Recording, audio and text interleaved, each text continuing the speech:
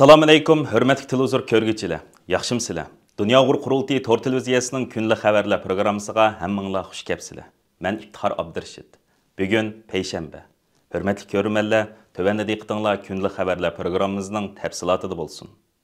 Dünya Uyghur Qurultayı, Kanada Uyghur Haqlarını Qoğdaş Təşkilatı və Uyghur Kişilik Hüquq Quruluşunun sahibxanlığında 3-cü iyul günü Kanada'nın Kübek ülkəsinin almış şəhərdə başlanğan Xalqaralıq Uyghur Qanun Munbiri yığını bugün yəni 6-cı iyul günü muvaffaqiyətli axırlaşdı.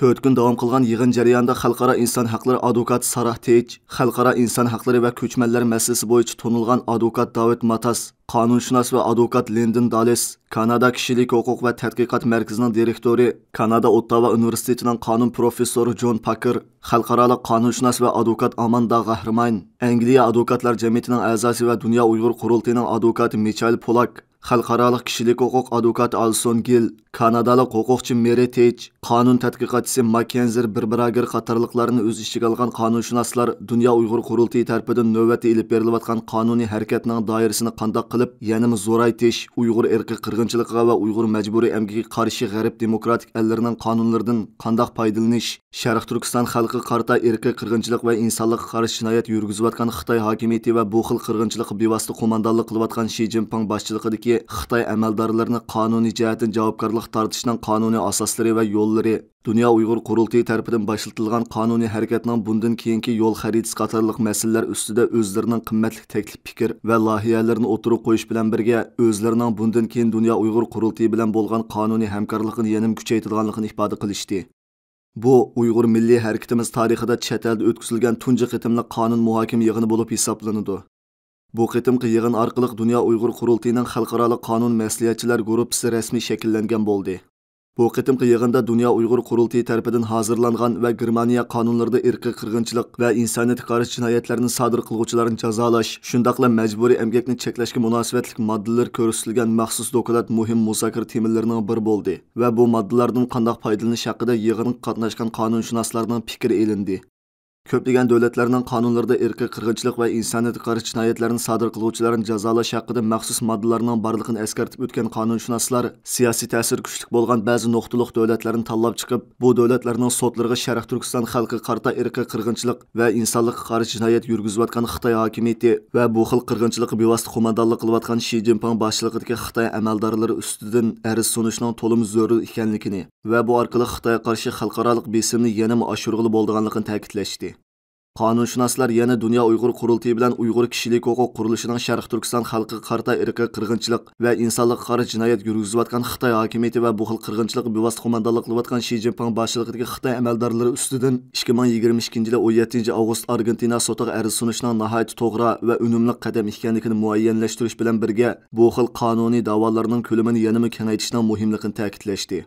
Yig'inning oxirida Dünya Uyghur Qurultayının raisi Dolquna ise Qurultay İcraiya Komitetining raisi va Uyghur Kişilik Hüquq Quruluşuning direktori Ömer Qanat, Qurultay Qanun Komitetining mudiri va Kanada Uyghur Haqlarini Qo'g'dash Tashkilotining raisi Mehmet To'xti, Qurultayning bayonotchisi va Qurultay ayollar komitetining mudiri Zumratay Erkin, Kanada Uyghur Haqlarini Qo'g'dash Tashkilotining program yetakchisi Qayyum Masimov qatorliqlardan tarkib topgan sohibxon hay'ati qimmatli vaqtini sarf qilib Kanadada o'tkazilgan bu qitimqi yig'inga har qaysi ellardan kelib qatnashgan qanunshunoslarga butun Sharq Turkiston xalqinamidan alohida minnatdorlik bildirish bilan birga Uyg'ur irqi qirg'inchiligiga qarshi qonuniy harakatni Dünya Uyg'ur Qurultayının eng asosli kun tartiblarining biriga aylantirganligini ifoda qilishdi. 5-iyul Urumchi qirg'inchiligining 14-yillik munosabati bilan dunyoning har qaysi ellarida Xitoyning irqi qirg'inchiligiga qarshi boshlatilgan norozilik faoliyatlar davom qilmoqda. Bugun, ya'ni 6-iyul kuni Avstraliya Uyg'ur jamiyatining uyushtirishi bilan Xitoyning Sindiyadagi konsulxonasi oldida norozilik namoyishi o'tkazildi. Avstraliya Uyg'ur jamiyatining raisi Mehmet Obul efendimning riyosatchiligida o'tkazilgan namoyishda qarindoshlarimiz jarangliq shuarlar orqali mustabid Xitoy hokimiyatining Uyg'urlar yurgizayotgan irqiy qirg'inchiligi va insoniyatga qarshi jinoyatlarga la'nat o'qish bilan birga Avstraliya federal parlamentini Uyg'ur irqiy qirg'inchiligini qabul qilib qaror ma'qullashga va Avstraliya hukumatini irqiy qirg'inchilik yurgizayotgan Xitoy hukumati qarshi jazo va embargo tuzumini yo'l qo'yishga chaqirdi. Chinese government denies all of those things happening, but there is incredible amount of undeniable evidence, which includes evidence given by camp survivors, research findings including Australian Strategy Policy Institute research findings, leaked official Chinese government documents. Aldınqı xitimli xəbərimizdə 5 iyul günü Ürümçi qırğınçılığının 14-cü illik münasibəti bilan Almuta və Bişkek şəhərlərində Ürümçi şəhidlərini yad etiş nəzir fəaliyyətləri, Yaponiyanın Tokyo, Osaka, Avstraliyanın Adelaide, Türkiyənin İstanbul və Ankara, Germaniyanın Münxen şəhərlərində ötküzülgən namoyiş və axbarat elan qilish yığınları haqqında qısqacha xəbər bergan idik.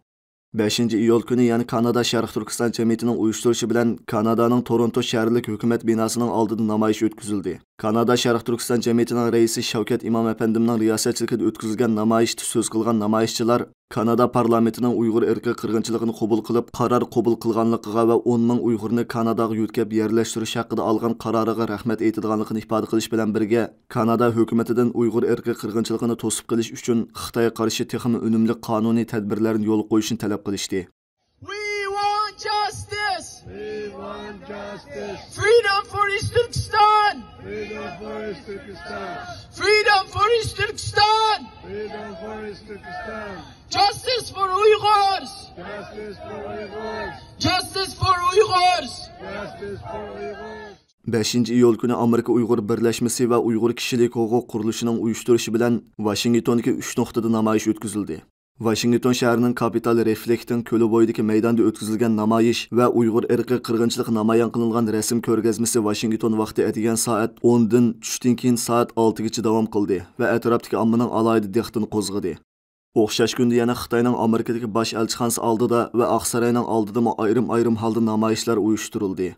Rasm ko'rgazmasiga Dünya Uyghur Qurultiyining muavin raisi Zubayra Shamsiddin va Amerika Uyghur Birlashmasining raisi Alfidar Iltabir xonimlar riyosetchilik qilib, ziyoratchilarga Uyghur irqi qirg'inchiligi haqida ma'lumotlar berdi. Jasur lager shohidimiz Tursunay Ziyovuddin xonim ko'rgazma maydonida edi. Xitoyning Amerikadagi bosh elchixonasi oldida o'tkazilgan namoyishga bo'lsa, Dünya Uyghur Qurultiyi ijroiya komitetining muavin raisi Ilshod Hasan Ko'kböre apandim riyosetchilik qildi. 5 iyul günü Angliya Uyghur Cemiyeti'nin uyuşturucu bilen Xitoyning Londondagi bosh elchixonasi oldida Uyghur irqi qirg'inchiligiga qarshi norozilik namoyishi o'tkazildi. Namoyishga Tibet tashkilotlarining vakillari va Angliyadagi kishilik huquq tashkilotlarining mas'ullari ishtirok qilib, o'zlarining Uyg'urlarga bo'lgan qo'llashini ifoda qilishdi. Angliya Uyghur Cemiyeti'nin raisi Mahira Aysa xonim namoyishda qilgan so'zida Uyghur irqi qirg'inchiligini to'sib qilishning xalqaro jamoatchilikning insoniy burchi ekanligini ta'kidlash bilan birga, Angliya hukumatini Xitoyga qaratgan jazo va embargo tuzumini yanada kuchaytirishga chaqirdi. 5 iyul günü Shvetsariya Uyghur Cemiyeti'nin uyuşturucu bilan Shvetsariyaning poytaxti Bern shahar markazi namoyish o'tkazildi. Namoyishga Shvetsariya parlamentinin Sosyal Demokratlar partiyasidan bo'lgan parlament a'zosi Pabian Mollina apandim qatnashib, o'zining Uyg'urlarga bo'lgan qo'llashini ifoda qilish bilan birga, namoyishda qilgan so'zida Xitoyning Sharq Turkiston xalqiga yurgizayotgan irqiy qirg'inchilikni qattiq ayiblaydiganligini va Shvetsariya parlamentida Uyg'ur irqiy qirg'inchiligining qabul qilinishi uchun qo'ldan kelishcha tirishchanlik ko'rsatganligini bildirdi. Namoyish jarayonida Shvetsariya davlatlik radio televiziyasining muxbirlari naq maydonda Shvetsariya Uyg'ur jamiyati raisi Rizvan Ay, Dünya Uyg'ur Qurultiyi Sahiya komitetining mudiri Andili Qaraxonli va 5 iyul qirg'inchilik shohidi Habibullah Izchi apandim bilan jonliq suhbat ilib bordi. 5 iyul günü yani Germaniyaning asosiy qonun mahkamasi joylashgan Karlsruhe shahrida Dünya Uyg'ur Qurultiyining vakili Anvar Ahmad apandimning boshlamchiligida 5 iyul Ürümçi qirg'inchiligini xotirlash namoyishi o'tkazildi. Namoyishga Karlsruhe shahrida yashayotgan Uyg'urlardan boshqa yana xatar ostidagi millatlarni qo'g'dash tashkiloti, kishilik huquqni qo'g'dash tashkiloti, universitet o'quvchilar birlashmasining mas'ullari va Karlsruhe islom tashkilotining vakillari ishtirok qilib, o'zlarining Uyg'urlarga bo'lgan qo'llashini ifoda qilishdi. Dünya Uyghur Qurultiyi, Yaponiya Parlamenti Uyghur Dostluq Gruppasi, Yaponiya Uyghur Cemiyeti, Xalqaro Parlamentlar Birligi, Xitoydagi kishilik huquq tajovuzchilik qilmishlarini tekshirish parlamentlar birligi qatorliq o'rinlar tarafidan bu yil 10-oyning 30-kundan 31-kungacha Yaponiya parlamentida o'tkaziladigan Xalqaro Uyg'ur munbiri Yer shari parlamentlar yig'ini nomli zo'r tipdagi muhokama yig'inining tayyorlik xizmatlari jiddiy davom qilmoqda. Qurultay Mərkəzi İşxanasının istansimizə bildirişçə, bu qitim Yaponiyada ötküzüldiğən parlamentlar yığınının Amerika, Kanada, Yaponiya, Angliya, Belgiya, Avropa parlamenti qatarlıq parlamentlarda qurulğan Uyğur dostluq qruplarının əzaları hər qaysı parlamentlarda Uyğur irqi qırğınçılıq haqqındakı qararlardan qəbul qılınışında başlamçılıq və yetekçilik rolunu oynayan parlament əzalarından olub, 160 nəfərdən artıq adam və kengaş palata əzaları təklif qılınğan olub, təklifnamələr hazırdan etibarən yollanışqa başlagan.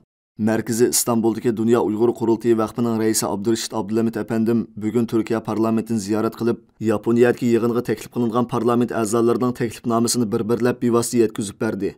Türkiye'den teklif qilingan parlament a'zolari bo'lsa, Uyg'urlar masalasiga izchil ko'ngil bo'lib kelgan va Türkiye parlamentida Uyg'urlar masalasini ko'p qitim o'tirib qo'ygan parlament a'zolaridan tashkil topdi.